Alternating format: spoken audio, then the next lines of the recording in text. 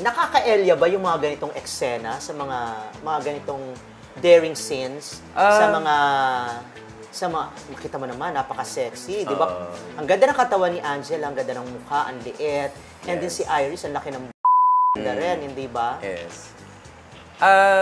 Huwag mo sabihin sa akin, professional or trabaho lang or wala, iisipin mga gano'n. Napaka-cliche. Hindi, actually, sabihin mo ng cliche, pero kasi for me, pagdating sa trabaho lang ako, tsaka I'm aware of everything around me. So, hindi ko siya madala as like, madadala ako kasi sa nangyayari. Kasi I'm thinking of everything I need to do. And alam ko na nasa paligid ko mga to, pero I have to act na parang totoo to. Ganun. So, mahirap siya. Pero hindi ako, honestly, hindi pa ako nadadala sa mga eksena na ganun. Pero, I really, gusto ko dalhin yung sarili ko para makita nila naturally na parang masarap yung nangyayari.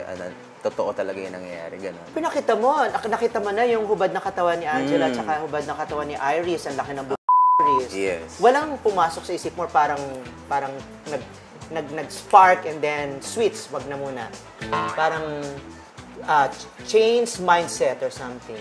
No, kasi na-expect ko na ganun yung trabaho. I mean, bago pa yun, nakita ko na naman sa ibang katrabaho. Pero yung mindset ko kasi, iba talaga mindset ko pagdating sa trabaho lang. I mean, I know, I appreciate their bodies. Pero for me kasi, it's just work at the end of the day. I just have to do my work, pakita sa kanila kung ano yung dapat i-project sa movie.